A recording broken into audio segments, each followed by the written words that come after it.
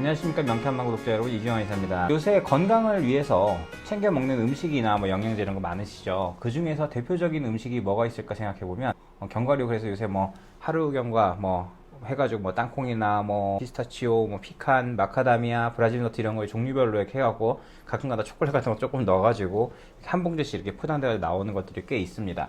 근데 유독 그걸 먹고 나서 속이 불편하다고 하는 분들이 있고, 심지어는 마치 세균성 장염이나 이런 것처럼 배앓이를 하는 분들도 계십니다. 그리고 굉장히 고생을 많이 하시는 분들이 계시는데 왜 그럴까요? 이건 꼭 유독 견과류만의 문제가 아니고, 견과류도 또한 어쨌든 간에 식물의 큰 범주라는 말입니다. 그러니까 식물이란 거는 사실 동물은 그렇죠. 예를 들어서 누가 쫓아오거나 그러면 어떡해요? 도망갈 수 있는데 식물은 그러지 못하잖아요. 그러다 보니까 자기 스스로 방어하기 위해서 어떤 독성 기전들을 만들어냅니다.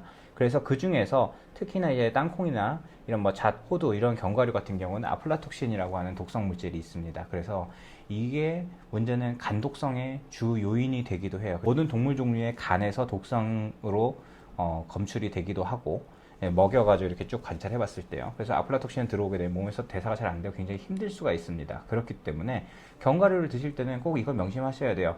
항상 진공 포장을 잘 해놓고 습하지 않은 곳에서 햇빛을 받지 않게 잘 건조하게 잘 보관을 하고, 냉장이나 냉동을 아예 해서 보관을 하시거나 하셔야지.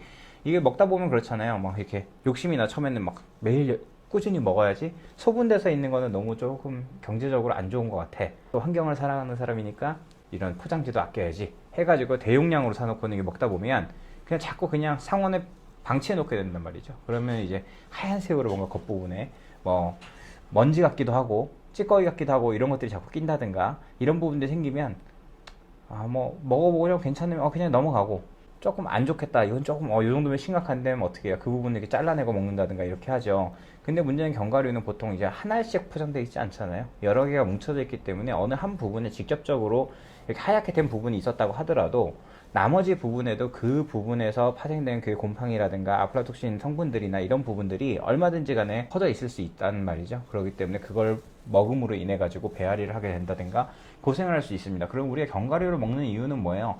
분명히 맛있어서 한겨울밤에 이렇게 땅콩 같은 거 이렇게 먹으면서 TV나 이런 걸 보고 이런 이제 즐거움을 위한 부분도 있지만, 요새는 사실 건강을 위해서 챙겨 먹는 거 아닙니까? 그래서 저 같은 경우도 환자분들한테 마카다미아라든가 피칸, 브라질 너트 이런 경우는 너무나 좋습니다. 많이 드세요.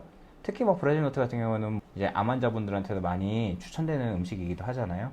그래서 그런 식으로 해가지고 저탄고지 식단을 한다든가 어떤 식단을 할 때 상당히 필수적으로 좋은 부분이 있는데, 꼭 위생 깨끗하게, 단순히 그게 포장이 깨끗하게 돼 있고 이게 문제가 아니고요.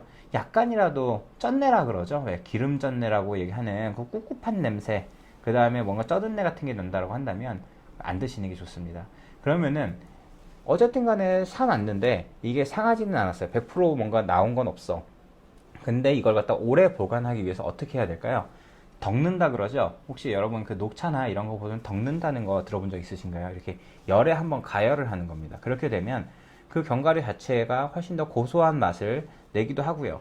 거기다가 그런 이제 바이러스 성분들이라든가 독성 성분들이라든가 이런 부분들이 열에 가열되면서 어느 정도는 좀 방지가 되기도 합니다. 그렇기 때문에 콩 같은 것도 볶아놓으면 보관 기간이 훨씬 더 길어지거든요.